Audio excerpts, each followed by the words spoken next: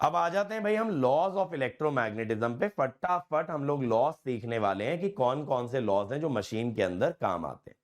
सबसे पहला लॉ होता है बेटा एम्पियर्स लॉ। अब एम्पियर लॉ क्या सिखाता है? एम्पियर लॉ यूज होता है बेटा मैग्नेटिक फील्ड कैलकुलेट करने में in case of symmetric configuration. Symmetric configuration माने जहां किसी ना किसी प्रकार की सिमेट्री होगी, मे बी सिलेंड्रिकल होगी, मे बी स्फेरिकल होगी, किसी ना किसी प्रकार की सिमेट्री होना जरूरी है। तो हम लोग यहां पे क्या कहते हैं, एम्पियर्स लॉ का स्टेटमेंट क्या है? क्लोज्ड लूप, ध्यान से सुनिएगा, closed loop integral of magnetic field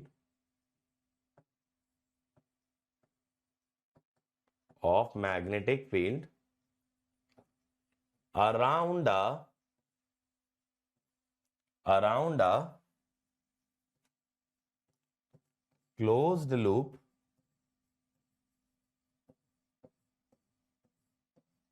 called as Amperian loop, around a closed loop called as Amperian loop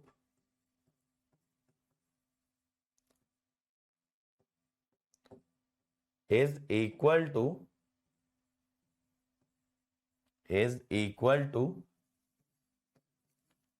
current enclosed by the loop, is equal to current enclosed by the loop।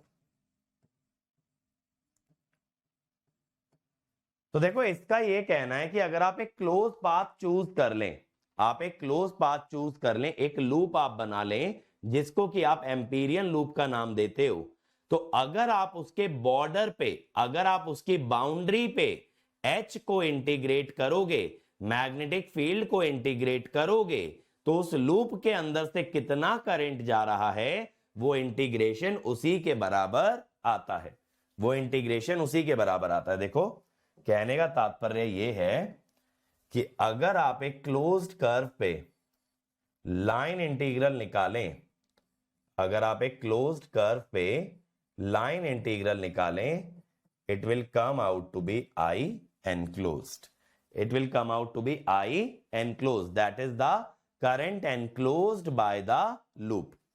अब एक example ले लेते हैं यार, देखो एक example ले लेते हैं।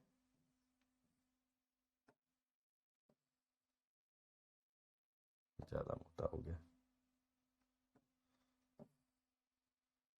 जैसे मान लो एक प्लेन है, इसके अंदर ऐसे कोई लूप है, ठीक है। अब बेटा इसका लूप का डायरेक्शन मैंने डिफाइन कर दिया पहले से, इसका लूप का ऐसे मैंने डायरेक्शन डिफाइन कर दिया एंटी क्लॉकवाइज। एम्पीरियन लूप का डायरेक्शन क्या होगा और एम्पीरियन लूप का शेप क्या होगा, ये मेरी मर्जी होती है। अब मैं आपको ये दिखा रहा हूं कि इस लूप में से ना कुछ करंट पास हो रहे हैं, एक करंट, दो करंट, ठीक है, तीन करंट, चार current, I1, I2, I3, I4, ये है मेरा क्लोज कर्व C। अब आप ये देखिए बेटा, अगर आप देखें ये लूप का डायरेक्शन कैसा है, एंटी क्लॉकवाइज है, करेक्ट। ये लूप का डायरेक्शन आपको कैसा नजर आ रहा है, एंटी क्लॉकवाइज नजर आ रहा है। एंटी क्लॉकवाइज मैग्नेटिक फील्ड के लिए अगर आपको फील्ड एंटी क्लॉकवाइज चाहिए तो आपका करंट होना चाहिए अपवर्ड। आपको अगर फील्ड एंटी क्लॉकवाइज चाहिए तो आपका करंट कैसा होना चाहिए, अपवर्ड। तो मैं यहां पे बोल रहा हूं कि लूप का डायरेक्शन है anti clockwise for H vector to be anti clockwise I must be upwards, current आपका ऊपर की ओर होना चाहिए, ठीक है। इसीलिए बेटा जो ऊपर वाले करंट हैं उनको आप पॉजिटिव मानोगे क्योंकि वो लूप की डायरेक्शन को सेटिस्फाई कर रहे हैं, और जो नीचे वाले करंट है, नीचे वाले, उनके कारण जो मैग्नेटिक फील्ड आएगी वो लूप से अपोजिट डायरेक्शन में आएगी। किधर आएगी? लूप से अपोजिट डायरेक्शन में आएगी। तो ये जो डीएल वेक्टर होता है ना, ये लूप का डायरेक्शन होता है, ठीक है। हाँ, गॉस लॉ जैसा ही है। ये जो डीएल होता है ये लूप का डायरेक्शन होता है, एच है मैग्नेटिक फील्ड। अगर लूप आपकी एंटी क्लॉकवाइज है, सोचिएगा, लूप अगर एंटी क्लॉकवाइज है और मैग्नेटिक फील्ड क्लॉकवाइज आ जाए, अपोजिट हो गए, अपोजिट होने से dot product will be negative. Opposite होने से क्या होगा भाई? Dot product will be negative. तो इसीलिए आप क्या कहेंगे? फॉर अवर एग्जाम्पल,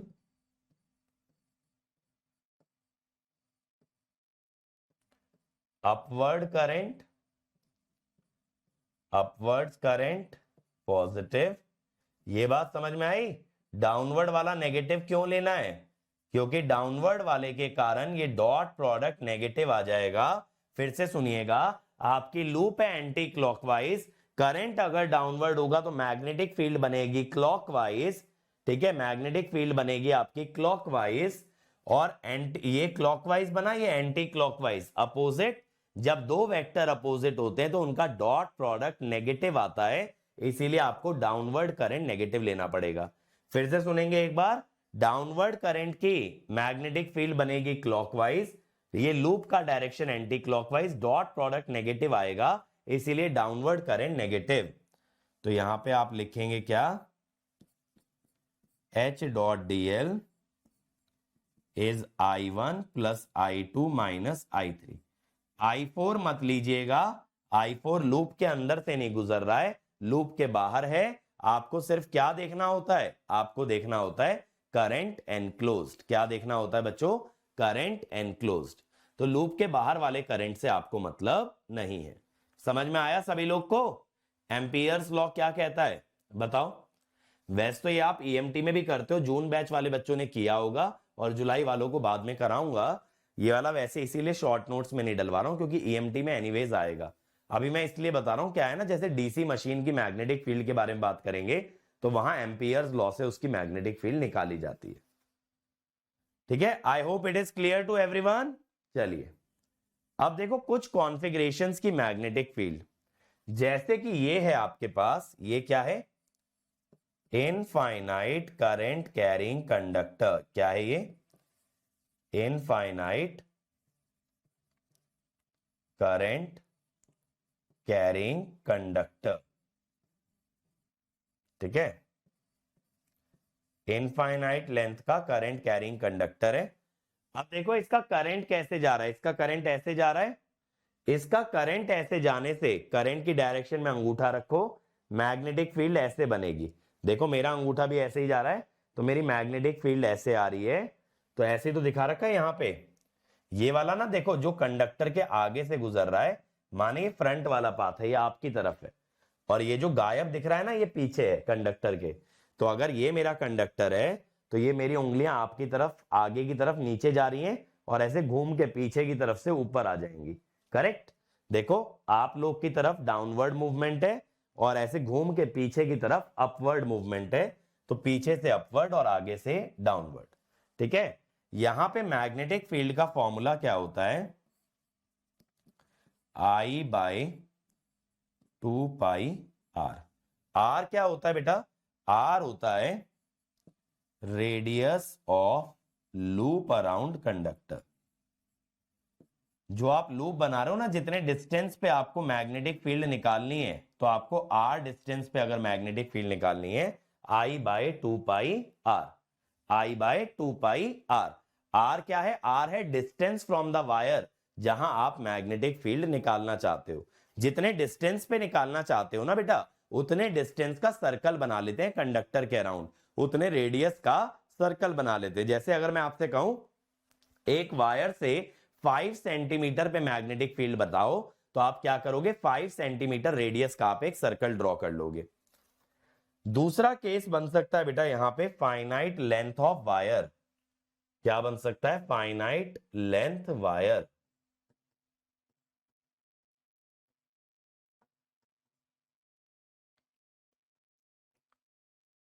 अब यहां पे हम लोग क्या लेते हैं? ये r डिस्टेंस पे मैग्नेटिक फील्ड निकालनी है P पॉइंट पे। ये जो r है, this r is called as the perpendicular distance from wire. जैसे मान लो वायर z एक्सिस के अलोंग रखी है, तो आपको परपेंडिकुलर डिस्टेंस x और y एक्सिस का लेना है। x के अलोंग रखी है तो y और z परपेंडिकुलर होंगे, y के अलोंग रखी है तो x और z परपेंडिकुलर होंगे। बेसिकली जो भी डायरेक्शन है वायर की, उससे परपेंडिकुलर डायरेक्शन में क्या डिस्टेंस है किस पॉइंट का, जिस पॉइंट पे मैग्नेटिक फील्ड निकालनी है। तो यहां पे हमें क्या चाहिए, यहां पे हमें मैग्नेटिक फील्ड चाहिए एट P।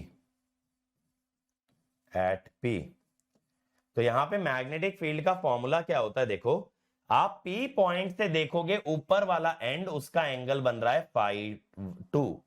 कितना बन रहा है, φ2। नीचे वाला एंड देखोगे दैट इज φ1। ठीक है, ऊपर वाले एंड का एंगल है φ2, नीचे वाले का है φ1। तो यहां पे आता है I/4πr sin φ2। नीचे वाला नीचे की तरफ बन रहा है ना एंगल, इसीलिए साइन ऑफ -φ1। क्या होता है, साइन ऑफ -φ1। उल्टा बन रहा है ना नीचे की तरफ, तो ये आ जाता है I/4πr sin φ2 प्लस sin φ1। ये सब फॉर्मूले EMT के अंदर डेराइव कराए जाते हैं। ठीक है, तो ऐसा मत सोचना ये आया कहां से, आया EMT से है। बट अभी डेरिवेशन लेकर के बैठेंगे तो अपने मशीन का कोर्स छूटेगा, उसका कोई पॉइंट नहीं है। EMT में एनीवेज करना ही है अपने को ये। ठीक है भाई, तो वैसे तो आपको ना ज्यादा ये याद रखना है, इनफाइनाइट लेंथ वाला ये ज्यादा काम आता है। फिर भी मैंने आपको फाइनाइट लेंथ वाला लिखवा दिया है फॉर्मूला।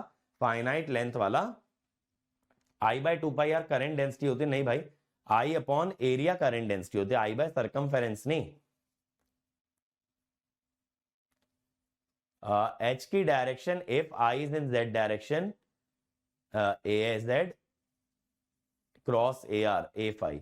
बेटा राइट हैंड रूल से निकाल लो, अभी उस पे मत जाओ यार पीके भाई EMT पे, वो सब मैं EMT के अंदर कराया हुआ हूं ऑलरेडी। ठीक है, तो वहां से रेफर कर लेना, अभी बिना मतलब बाकी के बच्चे कंफ्यूज हो जाएंगे। आपको राइट हैंड रूल से निकालना है। जैसे यहां पे देखो ये कंडक्टर जा रहा है बेटा, कंडक्टर जा रहा है ना, आपको इसके लेफ्ट में मैग्नेटिक फील्ड चाहिए, तो करंट की डायरेक्शन में आपने अंगूठा रखा, ये मैग्नेटिक फील्ड घूम के कैसे आ रही है, लेफ्ट से। लेफ्ट से देखो मेरी उंगलियां आपकी तरफ आ रही हैं, लेफ्ट से देखो मेरी उंगलियां आपकी तरफ आ रही हैं, तो यहां पे जो मैग्नेटिक फील्ड आएगी वो कैसे आएगी, डॉट। डॉट का मतलब होता है आउटवर्ड्स, आपकी तरफ। ठीक है, मेरी उंगलियां आपकी तरफ आ रही हैं, तो मैग्नेटिक फील्ड इज आउटवर्ड्स। बात क्लियर है, मैग्नेटिक फील्ड आपकी आउटवर्ड्स आएगी। तीसरी कॉन्फ़िगरेशन होती है बेटा सोलेनॉइड, इसको हम लोग क्या बोलते हैं, सोलेनॉइड। सोलेनॉइड में बेसिकली क्या होता है, एक वायर को मल्टीपल टर्न्स के अंदर लपेट दिया गया होता है। ठीक है, सोलेनॉइड के अंदर हो क्या रहा है, basically multiple turns of wire, multiple turns of wire are closely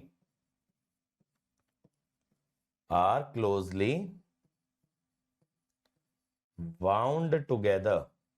closely का मतलब है इनके बीच की स्पेसिंग ना के बराबर होती है। अब देखो यहां पे नंबर ऑफ टर्न्स होते हैं आपके n, ये सोलेनॉइड की लेंथ होती है आपकी l,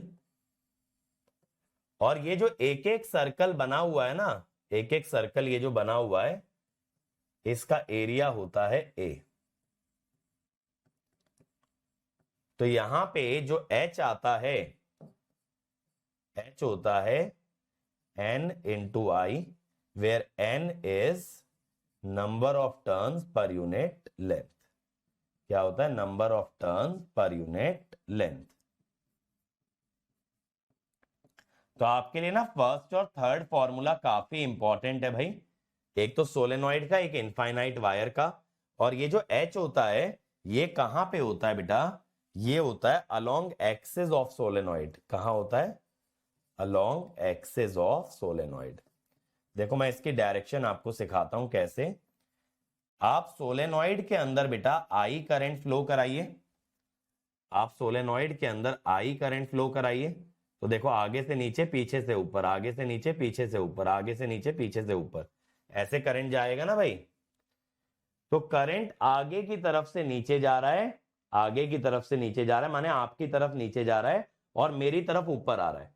आगे माने आप लोग हो, मेरे लिए आप, मेरे सामने आप लोग हो। आप ऐसे इमेजिन करो मेरी तरफ, ठीक है, आपके सामने मैं हूं, तो आपके आगे की तरफ नीचे जा रहा है और पीछे की तरफ ऊपर जा रहा है, आगे की तरफ नीचे और पीछे की तरफ ऊपर। तो अंगूठा किधर आ रहा है, इधर आ रहा है, तो मैग्नेटिक फील्ड की डायरेक्शन इधर होगी। विपुल भाई लेट आए हो क्या क्लास में, बताइए, लेट आए हो ना क्लास में? तो ये आपका H होता है, समझ गए?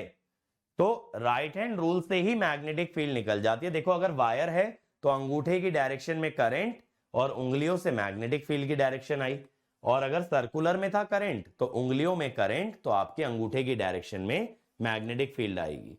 बात क्लियर हो गई?